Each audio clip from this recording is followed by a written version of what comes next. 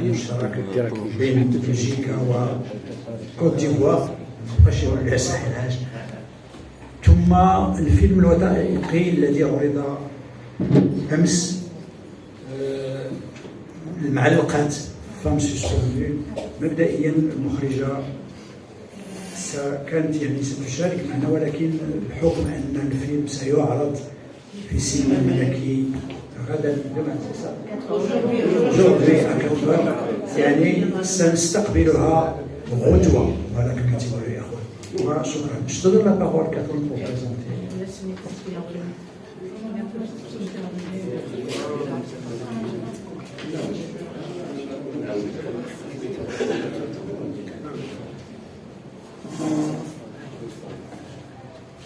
Voilà, je lui laisse le micro en fait parce qu'il est enrhumé, donc j'ai pas envie d'être malade.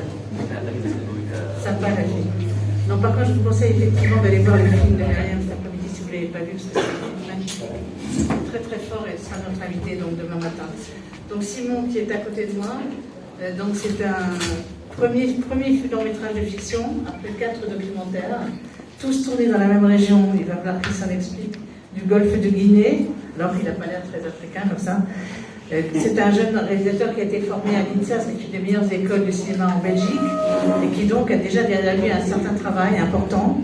Avec ce film, Aya, le titre même nous indique en fait et l'espace où se déroule le film, parce que je ne sais pas si vous connaissez la bande dessinée Aya du Opougon, qui est très célèbre dans le monde, voilà.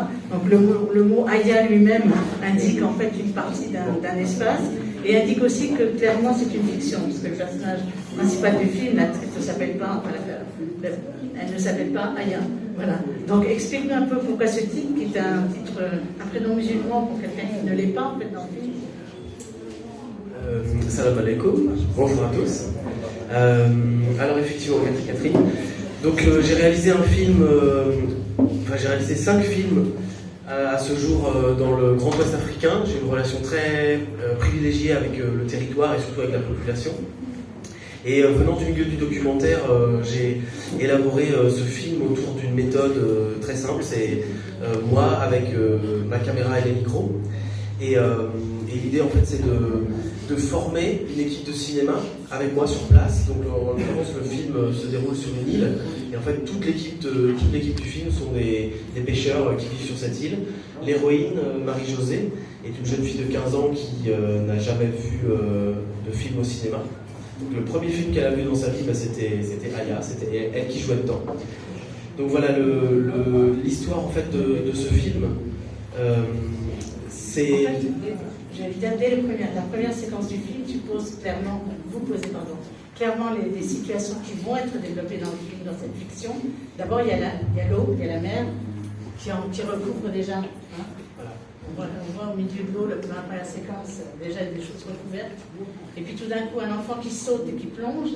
Et tout d'un coup, après, la caméra remonte et on découvre la petite Aya accrochée on entend que c'est elle parce que c'est petit, accrochée sur un cocotier et qui s'amuse à jeter des noix de coco. Et ensuite, on la découvre sur les bateaux, la pêche, l'eau, etc., en arrivant jusqu'à sa maman et son petit frère. Donc en quelques séquences, on pose le problème. C'est à la fois évidemment quelque chose où la mère est un personnage important, enfin la mère, les deux mères, hein. La mère de la jeune fille et la mère de l'océan, puisque c'est un village qui va être complètement recouvert par les eaux, donc il y a le problème climatique, il y a le problème des relations d'une mère et d'une fille, il y a le problème de qu'est-ce que c'est être une jeune fille dans la société d'aujourd'hui. Donc c'est tout ça un petit peu dans tous les thèmes que tu développes dans le film. Oui, pour moi le film raconte deux mouvements un peu parallèles, deux mouvements un peu analogues. Celui de la disparition de l'île, qui est vraiment un problème géologique, social et climatique. Et une histoire beaucoup plus intime qui est en fait l'histoire de cette jeune fille et qui est en passe de devenir une adulte parce qu'elle a 15 ans et que sa maman, pas seulement sa maman, mais l'océan la pousse dehors de son île. Et en fait, ces deux mouvements se font face et racontent en fait qu'est-ce que c'est d'avoir 15 ans et d'avoir vécu dans un endroit qui bientôt n'existera plus. Et c'est une histoire sur la fin de l'enfance, c'est une histoire sur le passage à l'âge adulte. Et en fait, le film nous emmène ensuite dans une plus grande modernité, puisqu'en fait, Marie-Josée est poussée. Je vous spoil le film, hein, je suis désolé. Marie-Josée est poussée hors de son île et en fait trouve refuge à Abidjan, la capitale de la Côte d'Ivoire. Et évidemment, elle découvre une vie qui est tout autre. Elle ne parle plus sa propre langue, elle ne pêche plus, elle n'est plus avec ses petits camarades, elle est déjà dans le monde des grands. Et voilà, c'est un film aussi sur quelque chose qui me tenait très à cœur, qui est en fait symptomatique des pays du Grand Ouest africain, qui est que les capitales vivent une vie où l'identité en fait est calquée sur quelque chose d'assez mondialisé. On veut exister, donc mais en fait on n'est plus nous-mêmes, donc les gens ne parlent plus de leur propre ethnie, et en fait il y a une sorte de perte d'image. Donc voilà, ce film était une façon, avant que l'île ne disparaisse, avant que Marie-Josée, que Aya ne parle plus sa propre langue, d'ancrer ça dans un film et d'en faire le témoignage. Et moi, ce qui m'a donné mon attention, c'est ce rapport avec la mer, mais aussi avec la mer. C'est là où il y a vraiment un dédoublement qui est vraiment des plus intéressants, mais aussi cette notion de rejet, parce qu'il y a l'attirance, mais aussi la répulsion. La mer, ça pardonne pas, et la mer aussi, elle est impardonnable, en fin de compte. Elle est impardonnable et elle ne veut pas, elle sait, elle anticipe un petit peu ce qui va arriver par la suite, elle lui donne des conseils. Alors, je crois que ce qui fait que ce personnage qui traverse une période d'adolescence assez perturbée, vraiment vit cela en l'absence du père. C'est ça, parce qu'il devrait être un catalyseur pour l'évolution de la vie. Moi, ça me tenait très à cœur de raconter une histoire de femme, de raconter l'histoire d'une jeune fille et de sa maman en combat contre le monde, en combat contre des choses qui les dépassent. Donc là, en l'occurrence, la montée des eaux, quelque chose sur lequel elles ont aucune emprise. Et j'avais envie, en fait, Moi, j'ai grandi dans un foyer uniquement féminin avec ma mère et ma grand-mère. Et j'avais envie de faire le récit d'une histoire où les hommes sont absents. En tout cas, absents des décisions et absents aussi des responsabilités. Donc, pour revenir à la question du personnage de la mer, donc de l'océan, je pense que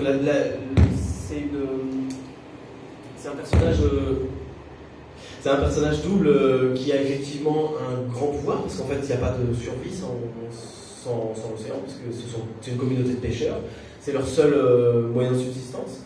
Mais c'est aussi par elle que leur identité va être coulée. En fait, dans le film, on découvre un moment très particulier de cette île, qui est, puisque l'île a déjà disparu à 60%, mais aujourd'hui, en fait, c'est le cimetière historique de l'île qui est face aux vagues.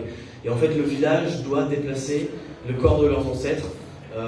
Toutes les nuits, ils exhument les corps pour aller les enterrer plus profondément dans l'île. Et donc ça, c'est une histoire qui est évidemment très marquante, parce qu'il n'y a pas beaucoup, je pense, d'endroits au monde où en fait on doit réenterrer ses morts. Et c'est quelque chose qui, moi, m'a beaucoup interpellé et qui a trouvé écho en fait dans l'expérience personnelle de Marie-Josée qui a dû en fait, de Aya, pardon, qui a dû réenterrer 2 fois son père. C'est là en même temps où finalement le documentaire et la fiction se mélangent complètement dans ton travail. Pardon. Je crois que, pas simplement qu'ils se mélangent, mais on n'arrive pas du tout à distinguer l'aspect, parce qu'au départ, c'est vraiment une approche, je veux dire, docu-fiction, pour être plus correct. Et puis, bon, on s'aperçoit que c'est de la fiction. Bon, il y a une sorte d'interférence avec. Mais il faut dire aussi que tu as bossé sur cette île pendant assez longtemps, un temps très long. Donc les événements comme le cimetière, est-ce que ce sont des choses que tu avais anticipées ou est-ce que c'est des choses que tu as découvertes en arrivant là en fait? Alors moi, le cimetière, c'est ma deuxième rencontre avec l'île. Donc je suis arrivé un soir sur l'île, j'ai découvert un endroit sans électricité, sans moteur, sans route, où les gens dorment dans le sable, sans avoir besoin de matelas ou de couverture. Et je me suis dit, waouh, j'ai affaire à un paradis, c'est extraordinaire, les gens se nourrissent de notre cocos. Et le lendemain, j'ai découvert le cimetière, et j'ai compris qu'en fait, le paradis n'était plus, et j'avais vraiment affaire à cette image du paradis déchu. Et maintenant, sur la méthode, moi, c'est vrai qu'en travaillant tout seul, du coup, j'ai le loisir de rester très longtemps. Quand un long métrage de fiction classique, on va avoir peut-être 1 mois, 4 à 5 semaines de tournage. Moi, j'ai eu 8 mois de tournage. Donc ça permet d'abord de créer de la confiance, de créer des personnages.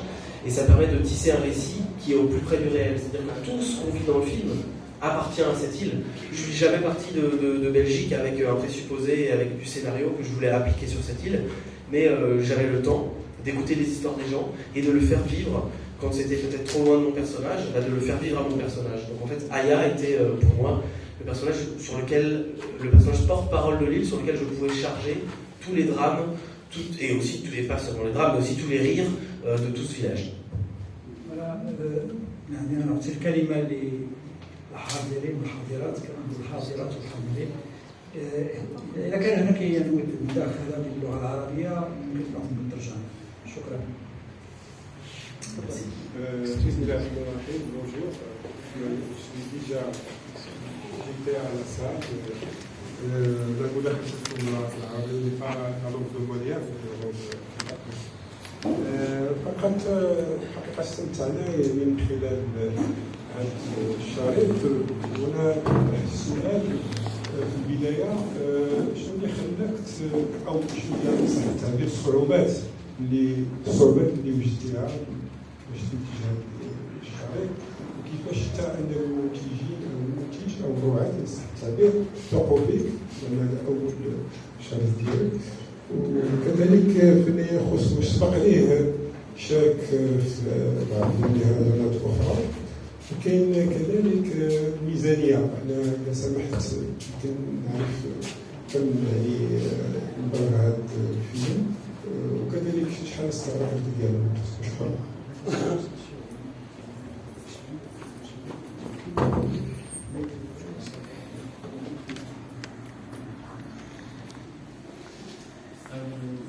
Donc c'est un film qui a été financé tantôt dans les modes de financement fiction et documentaire. On a, comme on dit, bouffé à tous les râteliers.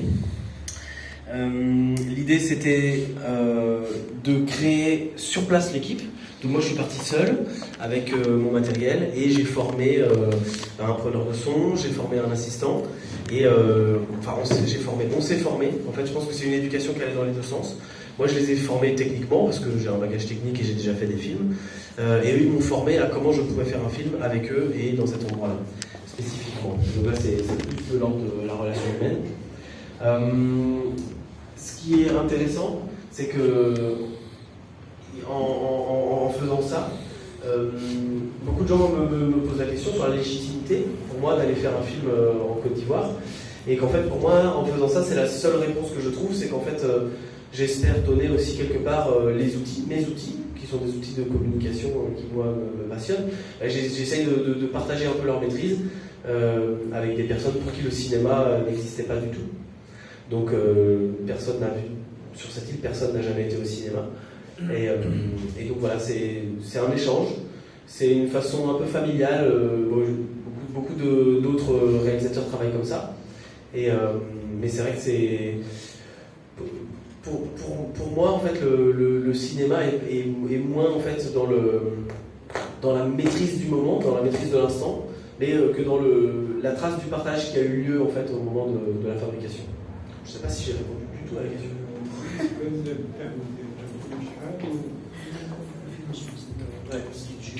Ah, le budget. Donc le film a coûté 300 000 €. Ce qui, pour un long métrage de fiction, est très peu. C'est le budget moyen d'un long métrage documentaire. Mais étant donné que la méthode est totalement documentaire, dans sa prise de vue, c'est cohérent. C'est un film aussi assez économique, dans le sens où la vie quotidienne est évidemment très économique. Pendant 8 mois, c'est beaucoup moins cher évidemment que d'aller tourner un film dans les rues de Paris. Donc voilà, c'est un film où on a su, je pense, adapter notre financement à nos besoins. Un long métrage classique, ce sera 1 à 2 millions, en tout cas en Belgique. 2 millions, on va dire, c'est le budget d'un long métrage bien produit. Et voilà, moi, je ne suis pas à la recherche de ces moyens-là qui ne ressemblent pas du tout à ma façon d'envisager le cinéma. Ça a pris en tout, depuis l'idée première jusqu'au film fini, 2 ans et demi. Donc 8 mois de tournage, bon, une phase d'écriture et de financement, 8 mois de tournage et 6 mois de montage image. Le montage image a été un peu long parce qu'évidemment, quand on filme tout seul, on laisse beaucoup d'accidents rentrer dans la matière. Et donc ces accidents, il faut voir s'ils sont bénéfiques ou néfastes. Donc il faut les voir et revoir, et puis les nettoyer. Et puis...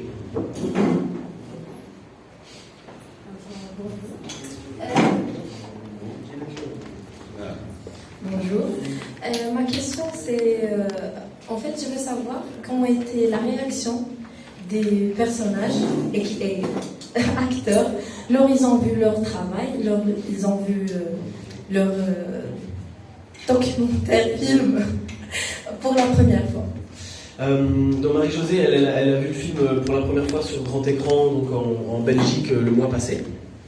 Elle est venue invitée par un festival et alors ça a été différentes phases. Elle a beaucoup rigolé évidemment parce qu'il y a beaucoup de souvenirs cachés derrière les images, mais elle a aussi beaucoup pleuré parce que c'est vrai que je pense que la fin du film, parce que dorénavant cette jeune fille ne vit plus sur cette île, sa maman non plus. Elles ont été poussées toutes les deux hors de cette île et elle n'a pas revu sa maman depuis la fin du tournage. C'est-à-dire qu'elle a quitté sa maman dans le tournage et elle ne l'a pas revue depuis, donc ça fait presque 1 an, puisqu'elle vit à Abidjan. Donc c'est là où le documentaire, d'une certaine façon, où le réel rattrape la fiction, c'est que si elle porte beaucoup de l'histoire, beaucoup de choses lui appartiennent, elle a porté aussi l'histoire de plein d'autres gens, mais tout ça, évidemment, pour elle, c'est une charge émotionnelle assez intense. Mais elle n'a pas été traumatisée, parce qu'elle dit vouloir recommencer. Voilà, elle m'a dit, Simon, quand est-ce qu'on refait un film? Donc, voilà. Quand est-ce?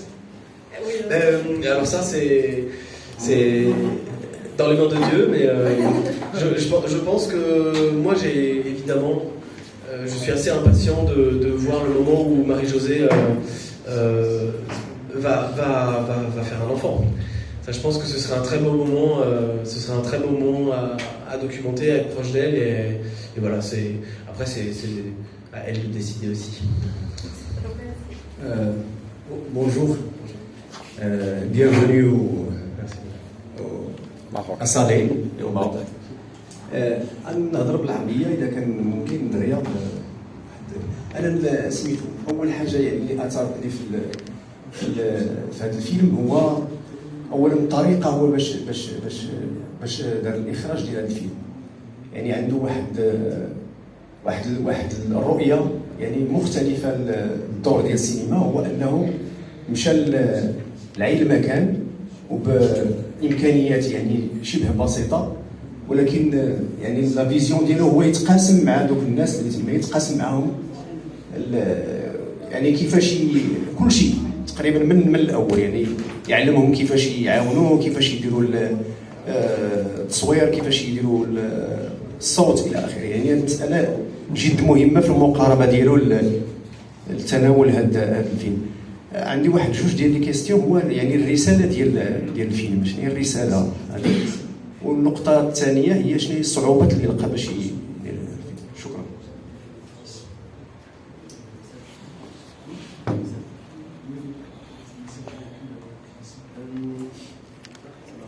Je vais parler fort, c'est pas grave. Le film, je pense, véhicule. Le film véhicule un message qui est celui de tenir bon, je pense. C'est un film avec quand même beaucoup d'espérance. Le dernier instant du film, c'est un regard que Marie-Josée reporte vers l'océan et reporte vers son enfance. Et elle est à ce moment-là, elle est de nouveau, on va dire, reliée à ses racines. Donc voilà, c'est un film qui, j'espère, c'est un film assez lumineux malgré le drame qui a lieu. C'est un film où Marie-Josée n'arrête jamais de sourire, n'arrête jamais de rire tout au long du film. Et enfin, Aya, pardon. Donc voilà, je pense que le message, c'est quand les problèmes sont trop gros, tenir bon, parce que dans la vie, toute chose a son bon et son mauvais côté, et qu'il faut attendre que la pluie passe. Et alors, la deuxième question, c'était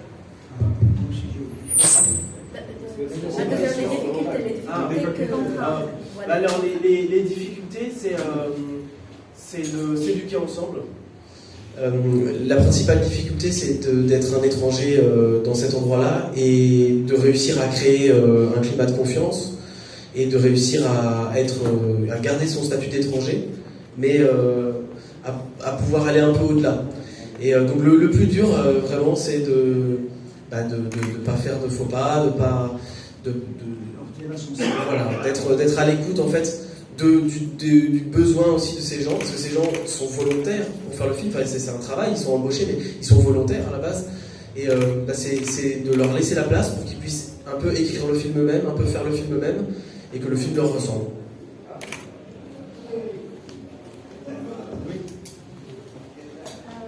C'est pas grave. Non, c'est pas de souci. Je peux pas.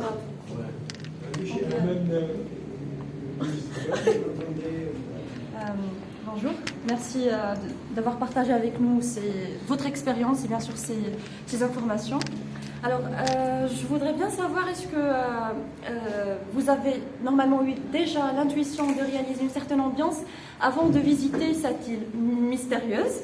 Et c'est là la première question. Et pour la deuxième question, je souhaite savoir la justification, bien sûr comme réalisateur, d'utiliser le prénom Aya, parce qu'on sait très bien qu'Aya, le Maroc est plein de...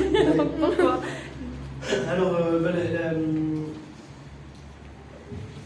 donc la première question, tu m'as demandé, je suis resté sur Aya. Avant de visiter... Ah oui, voilà, si j'avais un présupposé. À la base, ce film devait être l'histoire de...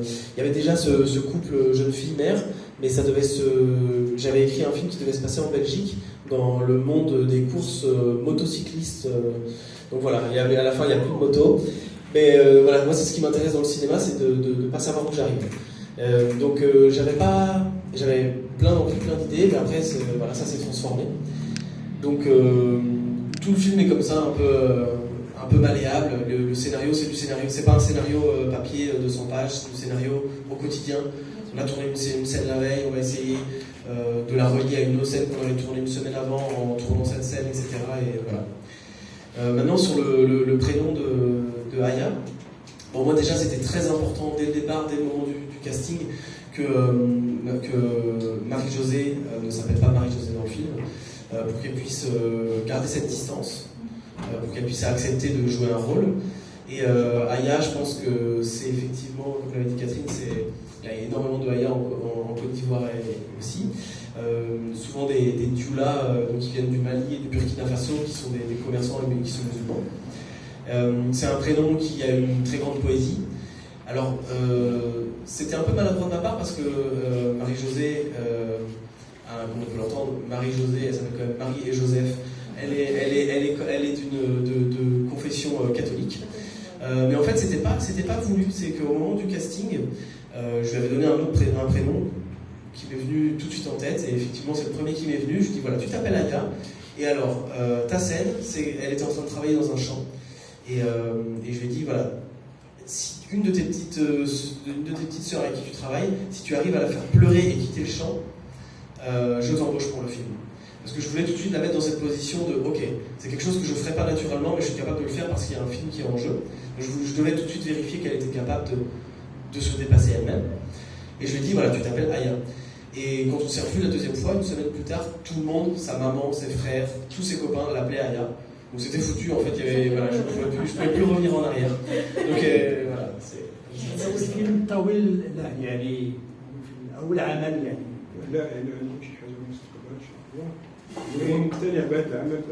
Est-ce qu'il y a des projets avec Aya ou avec d'autres Aya? Ouais, des projets, ça c'est vrai que ça ne manque pas du tout.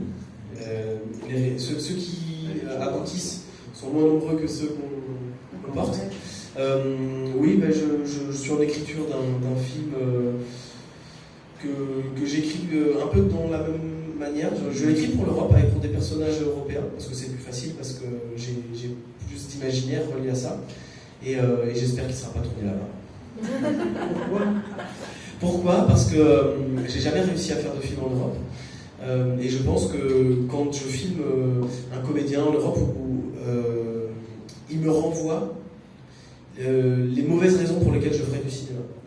Je vois en lui toutes les mauvaises raisons pour lesquelles je ferai du cinéma, ce que je ne vois pas du tout en Marie-Josée. C'est-à-dire que Marie-Josée, quand je la filme, je sens que c'est maintenant ou jamais. Cette opportunité pour elle, c'est unique. Si elle ne la saisit pas, elle a un besoin. En fait, nous, on a peut-être de la prétention de vouloir exister au monde, parce qu'on existe déjà au monde. Mais quand on est né à Lao Panda, on n'a aucune image qui voyage à l'extérieur.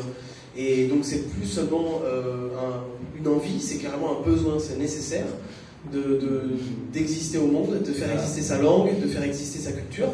Et donc voilà, toutes ces raisons-là donnent le courage de faire un film. C'est plus facile de faire un film avec ce genre de personnes que... Ça vient pas avec une sorte d'auto-culpabilisation qui est complètement consciente. En tout cas, c'est un fait. Merci beaucoup. Merci à vous. Merci.